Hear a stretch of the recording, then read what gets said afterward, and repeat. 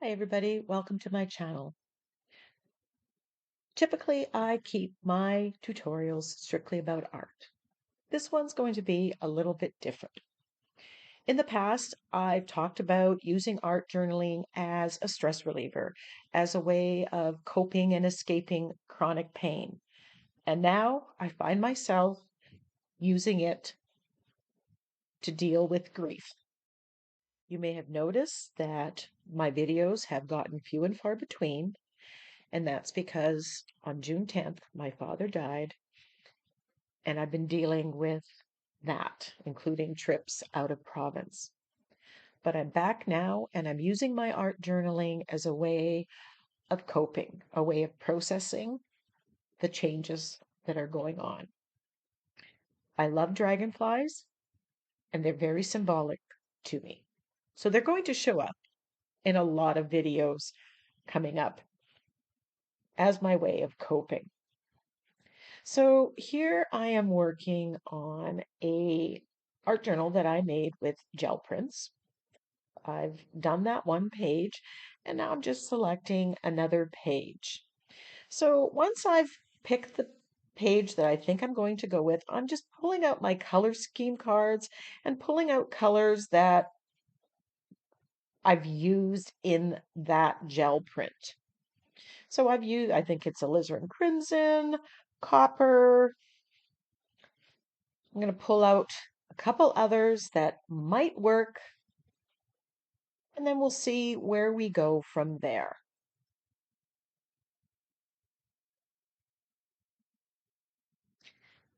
As I said, I love dragonflies, and they have always been in my art. And I believe strongly that dragonflies appear when loved ones are near.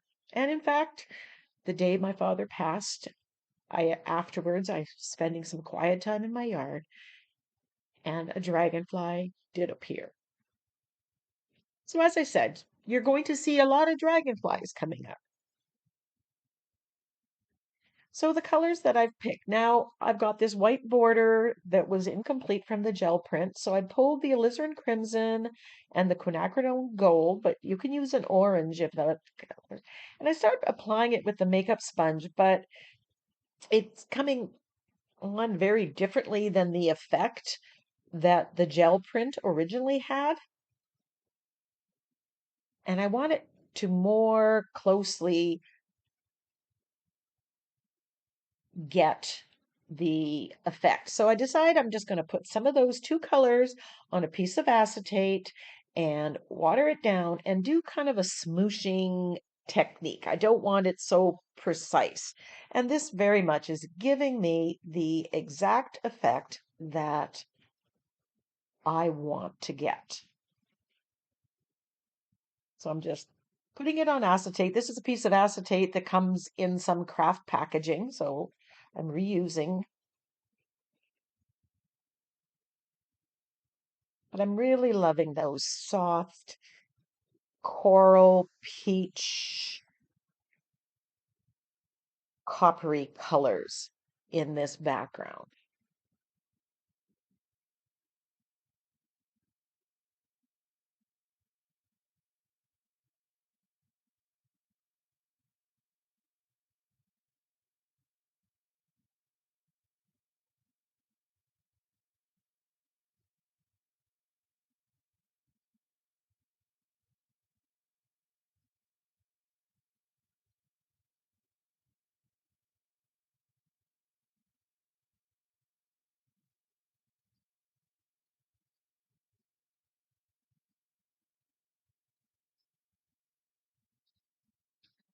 Just adding a little bit of water, watering it down just to get that smooshing, imperfect kind of application. I don't want it to look so very painted on.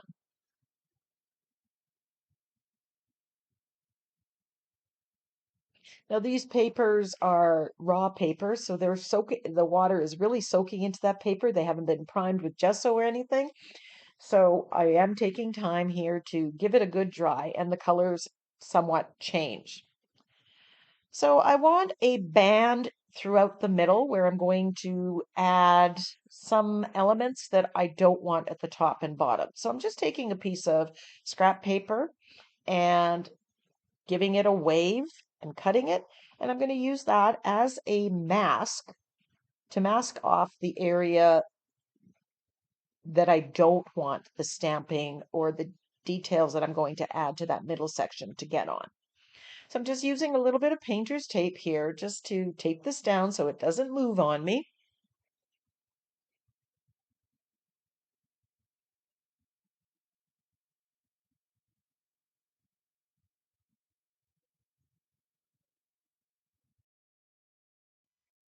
So this is a technique you can use at any time on it with any shape if you want to mask off a certain area and do different things to parts of a background.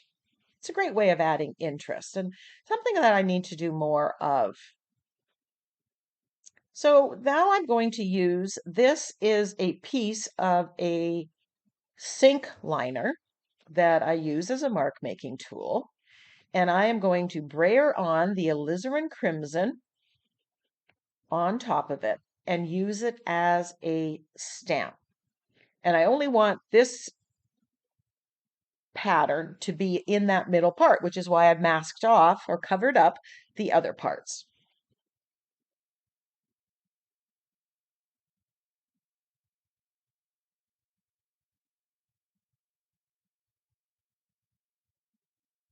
Pressing really hard because I want to get a fairly good stamp, but I'm not going to look for perfection here either.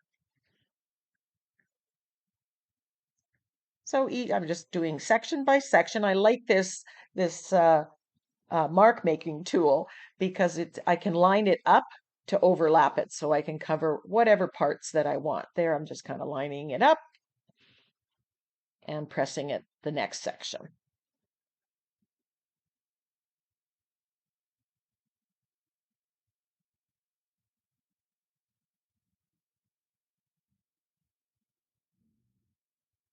And just brayering on and doing the third and final section of that middle part.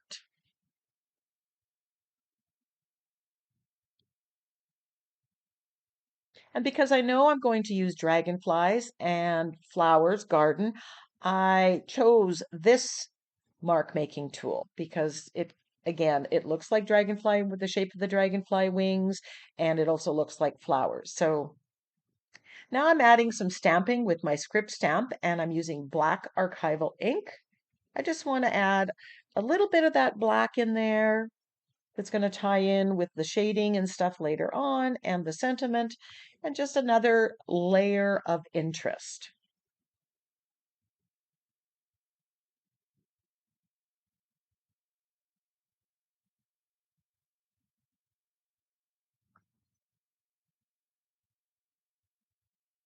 So I'm taking off the mask and you can see the waves there, but I want to bring them out a little bit more. So I'm going to do some shading on them to bring that middle section out, make it stand out, almost like it was a focal image. And I'm using black acrylic paint.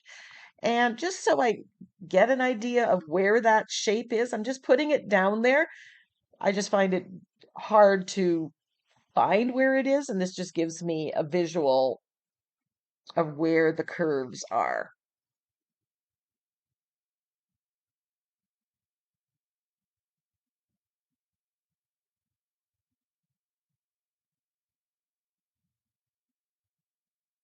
I'm using my angle brush and the shading technique that I use all the time that's called floating acrylic. I do have a video that I teach how to do this shading or highlighting.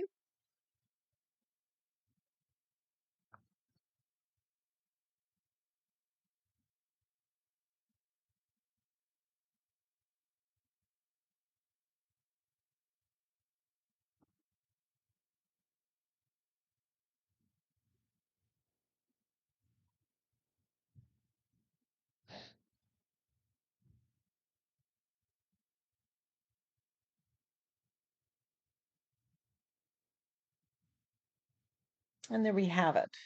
So we have basically the same background, but now it looks completely different, the top and bottom compared to the middle.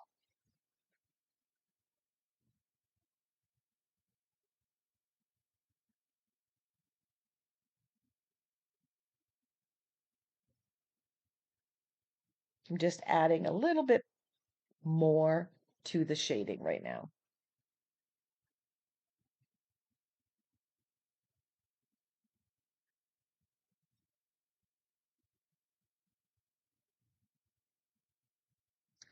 In all, this page took under 30 minutes. People often ask. Now I'm using copper penny modeling paste, but I think there's copper stencil butter now. And I'm using my dragonfly stamp here and I'm stamping with it. It's not necessarily giving me perfect stamps, but it is giving texture. And then you have the shimmer, the iridescence of the dragonfly.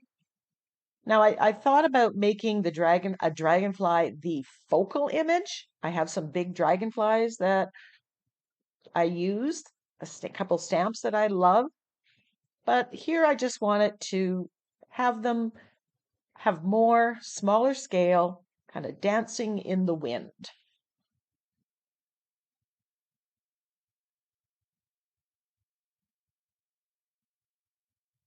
And I'm going off the page and I'm putting that paper there so it just looks like they're dancing in the wind.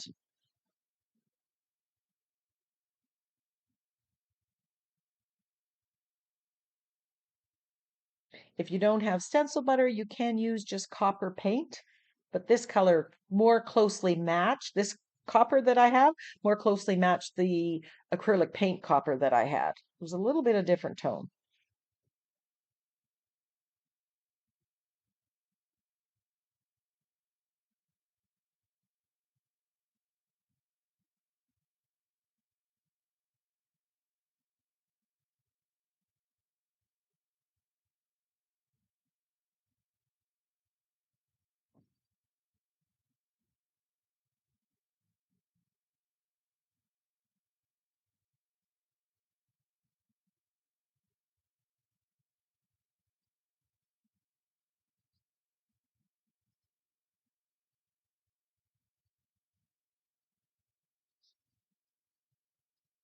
And I'm loving the subtle effect that this stamping is doing to the background. I wanted to add a little bit more patterning to the top and the bottom. So I'm grabbing my cobalt blue archival ink and this stamp from Songs of the Sea and just adding another pattern texture to my background.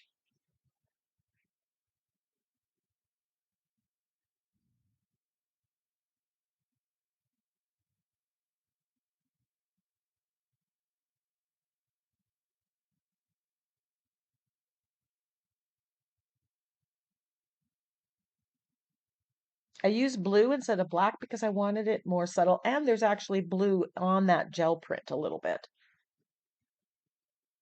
It doesn't look blue. So there is my completed background, and I am loving it. I love how the dragonfly wings match the stamping in the middle. And so I'm going to take this time right now. I'm going to shade around the outside edges in the same way that I shaded that middle section.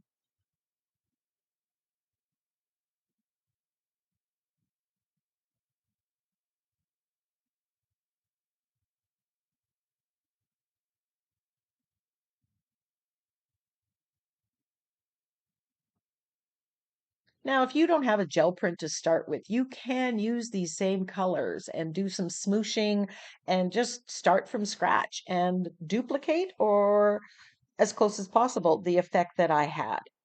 So it's not absolutely necessary that you need it to have the exact gel print because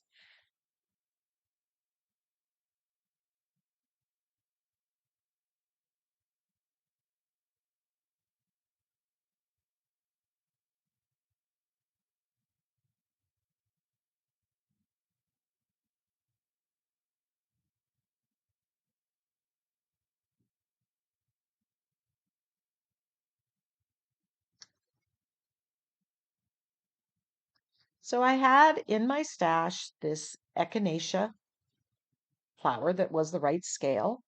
So I'm going to put it, because of course the dragonflies visit my garden, and my echinaceas they've got buds on them and blossoms, they haven't opened yet. And I decided I'm just going to use my Posca pen to put the little black circles in there, just adding a little more detail.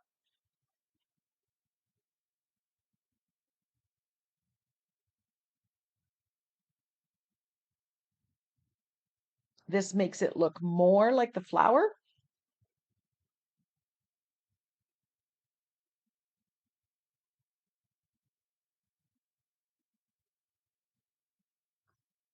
And just a little line work.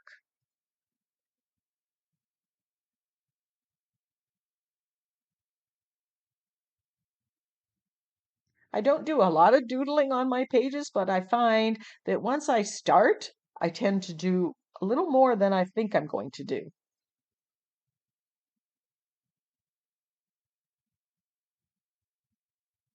And then I decide to do some doodling around the edge.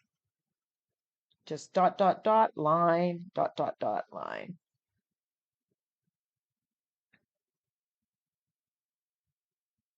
And I chose to do the dots, the black dots, so it tied in with the dots that I put on that center part. So every time you make one decision, it might lead to others.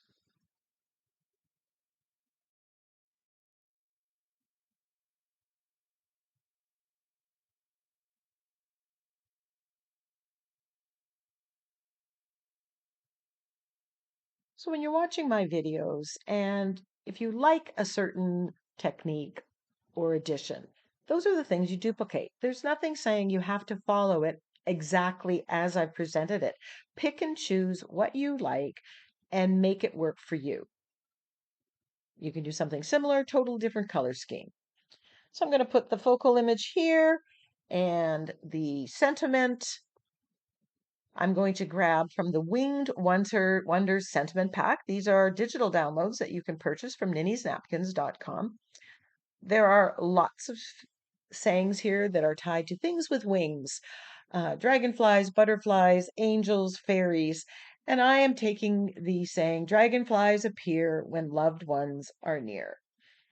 Something I believe, and it gives me comfort, especially now when you're dealing with grief. I can, just by using the sentiments, that's how I journal. Some people want to journal on the blank page and then they cover it up, whatever their feelings are, cover it up with the layers.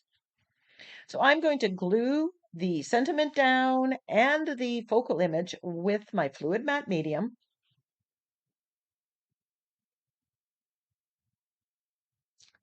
And now since I put a coat of fluid matte medium on top of the echinacea, I can shade on it. It has turned it into a non-porous surface, so it's not soaking into the raw paper. It's staying on top and allowing me to shade and color it. And I'm just adding a wash of pink and a wash of black. I'm going to come back and layer shading with that color as well. I want this to stay mostly white, but I don't want it to look like a piece of copy paper that I've just glued down. So I want a little bit more of a painterly effect. And that's what I'm hoping to get here by this technique.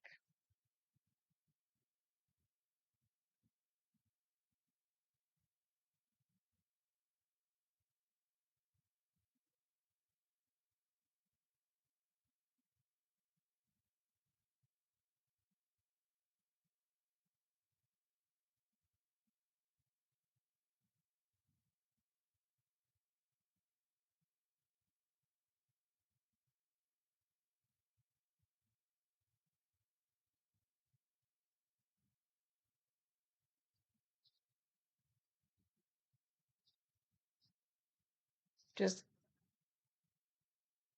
take it one step at a time. People ask, where do you put the shading? How do you know where to put the shading? It's just trial and error. Quite honestly, I don't have any magical formula for that. Because it's non-porous, if I do put it somewhere and it doesn't look right, I can lift it off just with a baby wipe or a wet cloth. It doesn't soak into the paper and permanently stain it.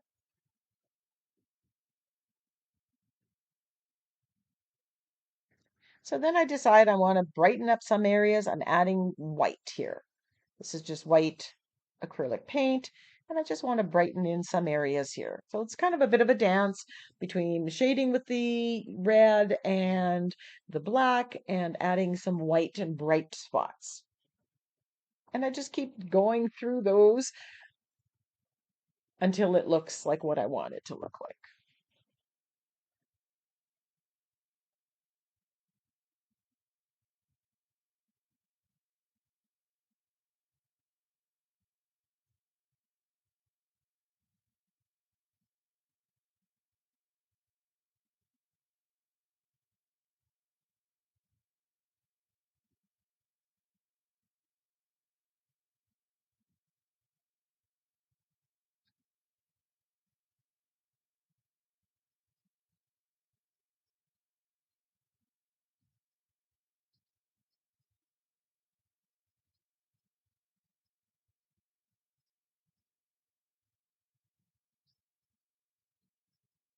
I've left this in real time just so you see, get a sense of how long it takes to do these bits, because I think sometimes we get a very warped sense of how long it takes to do an art journal page because so many of the videos, including mine, are sped up.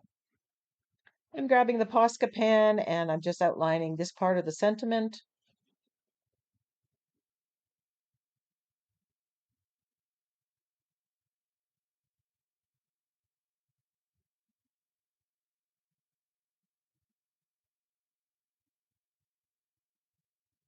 Then I decide to do this dash dot dot dot on that center part too, just to give it a little bit extra weight and to tie it in with the border or what I've done on the edge.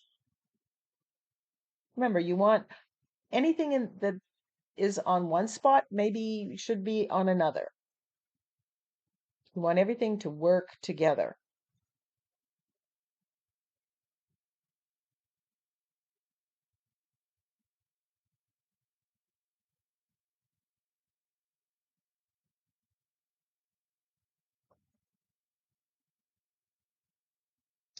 Just adding some dots here with the Posca pen.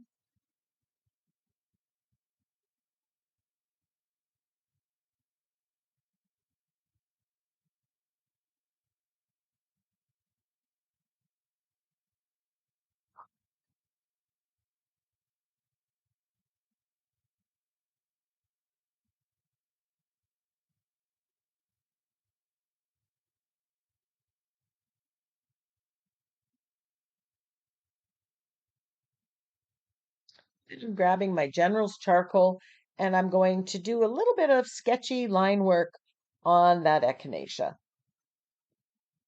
Some of those black lines got knocked back by the paint that I put on it. And I just wanted to bring them back, but more faded, which is why I'm using charcoal. Now, the charcoal pencil, if you were to put water on that, it would smear and smudge. But this is one of the last things that I'm doing. I know I'm not going to put any varnish on this. I don't typically varnish my art journal pages. So I don't have to worry about smudging this at a later point. So now's the time that you can use those non-permanent um, color mediums.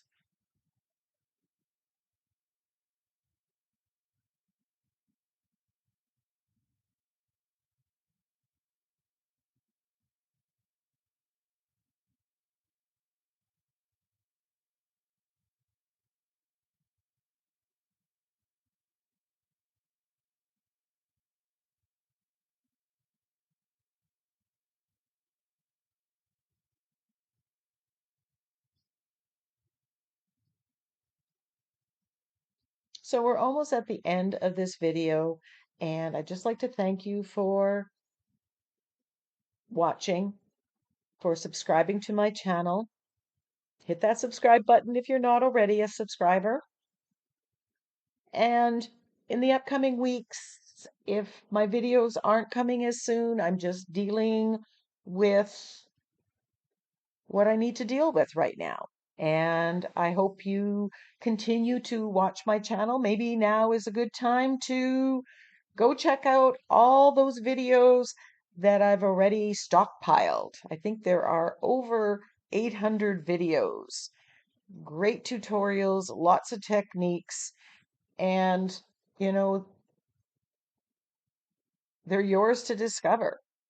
There is a search bar in my channel. If you do a search in there, it will pull up the videos in there that tie in with your search. So if you typed in there shading, you would get my shading video. If you typed in there stencil techniques, it will bring up videos that address that.